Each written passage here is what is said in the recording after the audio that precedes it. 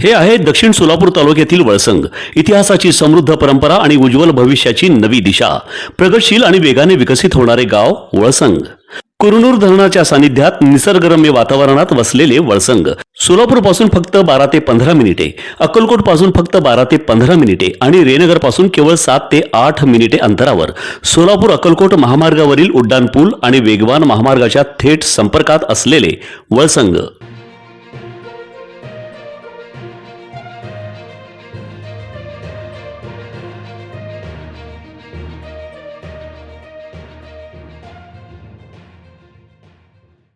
मला खरं म्हणलं तर गेल्या काही दिवसांपासून जे धडपड सुरू होती, आज प्रत्यक्ष मतदान आहे. काय चित्र आहे शहरातून ग्रामीणमध्ये? सर्व निवडणुकीची प्रक्रिया एकदम व्यवस्थित पार पडलेली आहे. निवडणूक पूर्ण एकतर्फी झालेली आहे. अतिशय चांगला फरक आपल्याला मतदानाच्या निकालामध्ये दिसून येईल.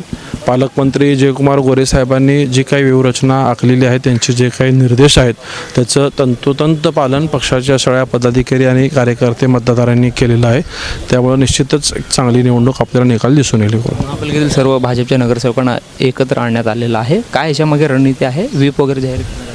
आपल्याला कल्पना आहे की भाजप हा शिस्तप्रिय असलेला पक्ष आहे आणि पक्षाच्या व्यूहरचनेतलाच तो एक भाग होता.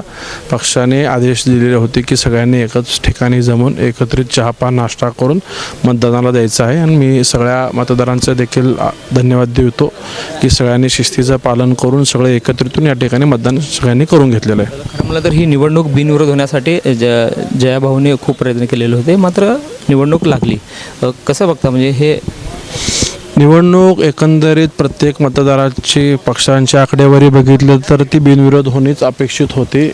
पण त्या काही अर्थाने जाणीवपूर्वक त्यांचा द्वेष मनामध्ये ठेवून काही लोकांनी ती निवडणूक लादली. विकास आघाडीकडून असा आरोप केला जातो की जनशक्ती विरुद्ध धनशक्ती, पैशाचा वापर झालेला आहे. असं त्यांच्या आरोपात कुठल्याही प्रकारचं तथ्य असत नाही. मुळात त्यांनीच बोध घेतला पाहिजे की त्यांनी निवडणूक कशासाठी लादलेली आहे. दादा, इलेक्शन म्हणलं की आरोप प्रत्यारोप आले. पालकमंत्र्यांवर टीका होत आहे, पोस्टमन आहे, हे आहे, ते आहे. आणि दुसरीकडं अदृश्य शक्ती आमच्या मागं आहे असं धैर्यशील मोहिते पाटील म्हणतात. ही निवडणूक पालकमंत्री विरुद्ध धैर्यशील मोहिते पाटील तुलना होऊ शकते का दोन व्यक्तिमत्वामधली?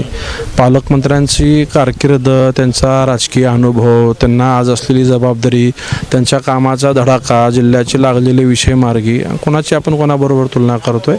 मुळात ही तुलना होऊ शकते नाही.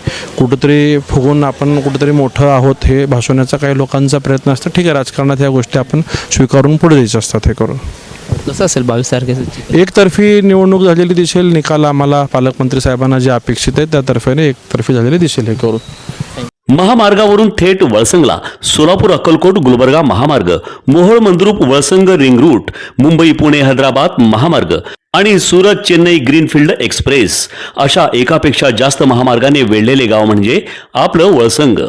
वळसंग हे आता महाराष्ट्राच्या नकाशावर नव्या विकासाचे केंद्र बनले आहे. वळसंगमध्ये आहेत प्रसिद्ध मंदिरे, सोलार हब, टोलनाका, जवळच आहे कुरनूर धरणाचे ताजे पाणी आणि निसर्ग सौंदर्य आणि विविध ठिकाणी आकर्षक हॉटेल्स व ढाबे सुद्धा. प्रवासात थकलेल्या प्रवाशांसाठी स्वादिष्ट जेवण, आराम, ताजेतवाने आणि प्रदूषणमुक्त वातावरण.